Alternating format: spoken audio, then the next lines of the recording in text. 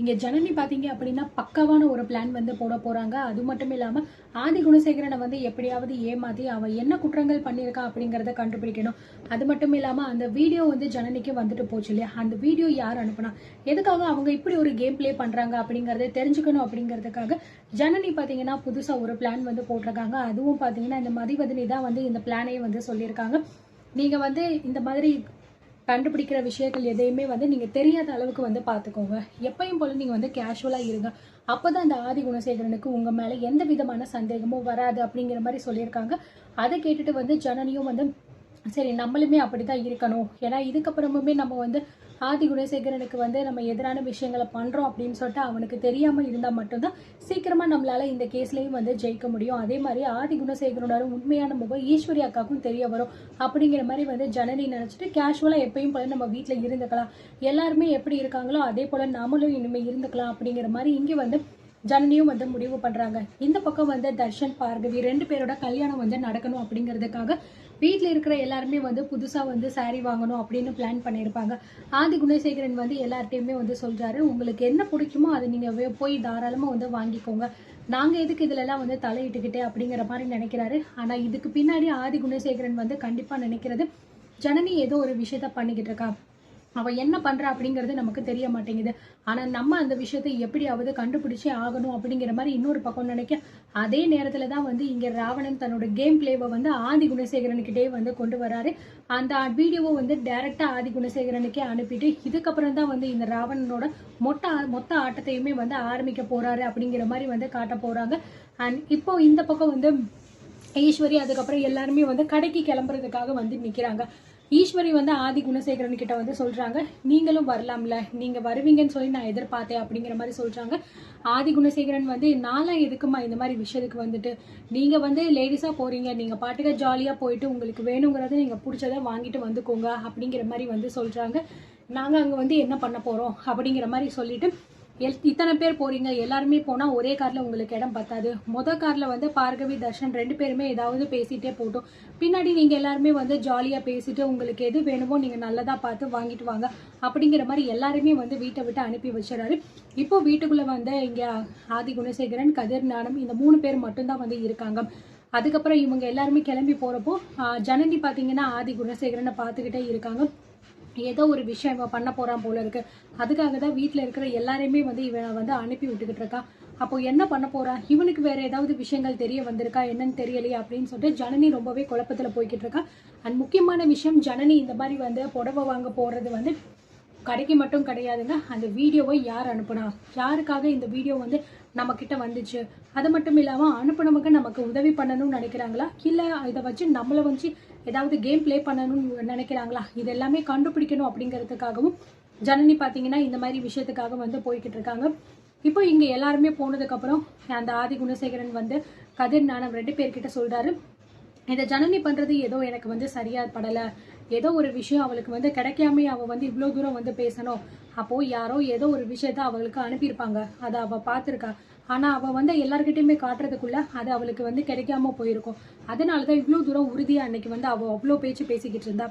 ஆனால் யார் இந்த மாதிரி வேலையை பார்க்குறது அப்படிங்கிறது தான் வந்து தெரிய மாட்டேங்குது, இதுக்கு பின்னாடி வேற யாரோ ஒருத்தவங்க இருந்துதான் இந்த மாதிரிலாம் பண்ணிக்கிட்டு இருக்காங்க அப்படிங்கிற மாதிரி வந்து ஆதி குணசேகரன் வந்து அவங்க 2 பேர்கிட்டையும் சொல்லிக்கிட்டு இருக்காங்க. ஏன்னா நீங்களும் இப்படி சொல்லிக்கிட்டு இருக்கீங்க, அவளுக்கு வந்து உங்கள் மேலே கோபம், எப்படியாவது உங்களை ஏதாவது ஒன்று பண்ணணும் அப்படின்னு சொல்லிட்டு தான் அவள் பிளான் பண்ணிக்கிட்டு இருக்கா, அவள் சொல்கிறதெல்லாம் எதுக்கு நீங்கள் வந்து கேட்டுக்கிட்டு இருக்கீங்க அப்படிங்கிற மாதிரி இங்கே கதிரும் வந்து சொல்ல, இல்லை கதிர், இதில் கண்டிப்பாக வந்து ஏதோ ஒரு விஷயம் இருக்குது, அந்த ஜனனி வந்து லேசப்பட்டவ கிடையாது, எப்படியாவது அண்ணனை ஜெயிலுக்கு அனுப்பணும் அப்படின்னு சொல்லிட்டு தான் கங்கணம் கட்டிட்டு தெரிஞ்சுக்கிட்டு இருக்கா, அப்படி இருக்கும்போது அவளுக்கு ஏதோ ஒரு விஷயம் கிடைச்சிருக்கு, அந்த விஷயத்தினால தான் அவள் இவ்வளோ தூரம் வந்து எப்படியாவது நம்ம அண்ணனை ஜெயிலுக்கு அனுப்பணும்னு போராடிக்கிட்டு இருக்கா அப்படின்னு ஞானமும் சொல்ல, அந்த நேரம் பார்த்து சரியாக வந்து ஆதி குணசேகரனோட ஃபோனுக்கு ஒரு மெசேஜ் வருது. என்னடா இந்த நேரத்தில் இப்படி ஒரு மெசேஜ் வருது அப்படிங்கிற மாதிரி வந்து மெசேஜ் எடுத்து பார்க்கும்போது தான் அதில் வந்து அந்த வீடியோ வந்திருக்கு. ஆதி குணசேகரன் ஈஸ்வரியை பயங்கர கொடூரமாக கழுத்தை பிடிச்சி நெரிச்சு அப்படியே தூக்கி கொலை பண்ண ட்ரை பண்ணுற மாதிரி அந்த வீடியோ வந்து அனுப்பியிருக்காங்க. இதை பார்த்துட்டு ஆதி குணசேகரனுக்கு பயங்கரமான ஷாக்கு, என்ன இது, நம்ம இப்படி பண்ண வீடியோவை யாரா இப்படி எடுத்து அனுப்பிச்சிருக்கிறது அப்படிங்கிற மாதிரி பயங்கரமாக ஷாக் ஆகி அந்த வீடியோவை பார்த்துட்டு கதிர் ஞானம் 2 பேர்கிட்டயுமே அந்த வீடியோவை வந்து காட்டுறாங்க. அவங்களுமே வந்து இதை பார்த்துட்டு ரொம்பவே வந்து ஷாக் ஆகுறாங்க. என்னடே இது, இந்த வீடியோ எப்படின்னே அப்படிங்கிற மாதிரி சொல்ல, நான் சொன்னேன்ல யாரோ ஒருத்தவங்க தான் இதெல்லாம் வந்து பண்ணிக்கிட்டு இருக்காங்க. இந்த வீடியோவை கூட அந்த ஜனனி பார்த்துருக்கா. அதனால தான் இந்த மாதிரி நம்மக்கிட்ட எல்லாருக்கிட்டையுமே வந்து இந்த உண்மையை சொல்லணும் அப்படின்னு சொல்லிட்டு அன்னைக்கு அவ்வளோ தூரம் நினச்சிருக்கா. ஆனால் இந்த வீடியோ அவளுக்கு கிடைச்சி அதுக்கப்புறம் அது இல்லாமல் போயிருக்கும். இதை யார் அனுப்புனது, என்னன்னு இது அப்படிங்கிற மாதிரி வந்து சொல்லிக்கிட்டு இருக்க. உடனே அப்போதான் வந்து ராவணன் கிட்ட இருந்து ஆதி குணசேகரனுக்கு ஃபோன் வருது. ஃபோன் பண்ணிட்டு ஆதி குணசேகரன் பேசுறேன். ஏய் யாரு நீ, உனக்கு என்ன வேணும், இந்த வீடியோ உனக்கு எப்படி கிடைச்சிச்சு, நீ என்னமோ ஒன்று பண்ணணும் அப்படிங்கிறதுக்காக தான் இதெல்லாம் பண்ணிக்கிட்டு இருக்க. ஆனால் என்ன பண்ண போற அப்படிங்கிறது எனக்கு தெரியல. எதுவாக இருந்தாலும் இந்த ஆட்டத்தை இத்தோட நிறுத்திக்கோ அப்படிங்கிற மாதிரி வந்து ராவணனை வந்து ஆதி குணசேகரன் வந்து மிரட்ட. இங்கே தான் ஆதி குணசேகரன் வந்து தன்னோட ஆட்டத்தை பயங்கரமா வந்து ஆரம்பிக்கிறாரு. என்ன ஆதி குணசேகரன், என்ன கிணுமா என்ன உங்களுக்கு தெரியல? நான் என்னோட ஆட்டத்தை எப்பயோ ஆரம்பிச்சிட்டேன். ஆனா அது இப்போதான் உங்களுக்கு தெரிய வந்திருக்கு. இதுக்கப்புறம் இந்த குடும்பத்துல நீங்க என்னென்ன பண்ண போறீங்க, நீங்க என்ன நினைச்சாலும் அது நான் நினைக்கிறது மட்டும்தான் அங்க வந்து நடக்கும்.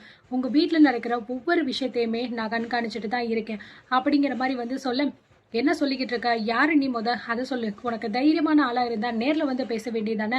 இந்த வீடியோ உனக்கு எப்படி கிடைச்சிச்சு, இந்த வீடியோவா வேற யாருக்கு நீ அனுப்புன அப்படிங்கிற மாதிரிலாம் இங்க ஆதி குணசேகரன் கேட்க. இங்க பாருங்க ஆதி குணசேகரன், கேள்வி கேட்கிற இடத்துல நீங்க கிடையாது. நான் சொல்றத நீங்க செய்யணும், அது மட்டும்தான் உங்களோட வேலை. இதுக்கு முன்னாடி இந்த வீடியோவை உங்க வீட்டு மருமகன் ஜனனிக்கும் நான் அனுப்புனேன்.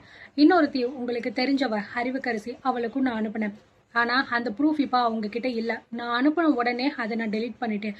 அது சின்ன ஒரு சாம்பிள் தான். இப்போ நான் உங்களுக்கு அனுப்பியிருக்கிற இந்த வீடியோவை எனக்கு ஆதாரமா இருக்கு. இதை வச்சு நான் உங்களை என்னென்ன பண்ணணுமோ என்ன வேணாலும் என்னால் பண்ண முடியும்.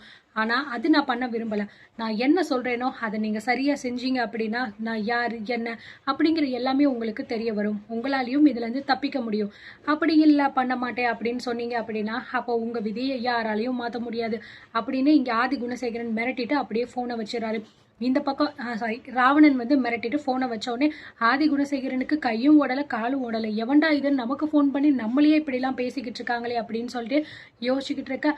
கதிரும் நானும் வந்து என்னன்னு என்னாச்சு, எதுக்காக இப்படி வந்து நின்றுக்கிட்டு இருக்க, ஃபோன் பண்ணவே யாரு, ஏதாவது விவரம் சொன்னானா அப்படின்னு கேட்க.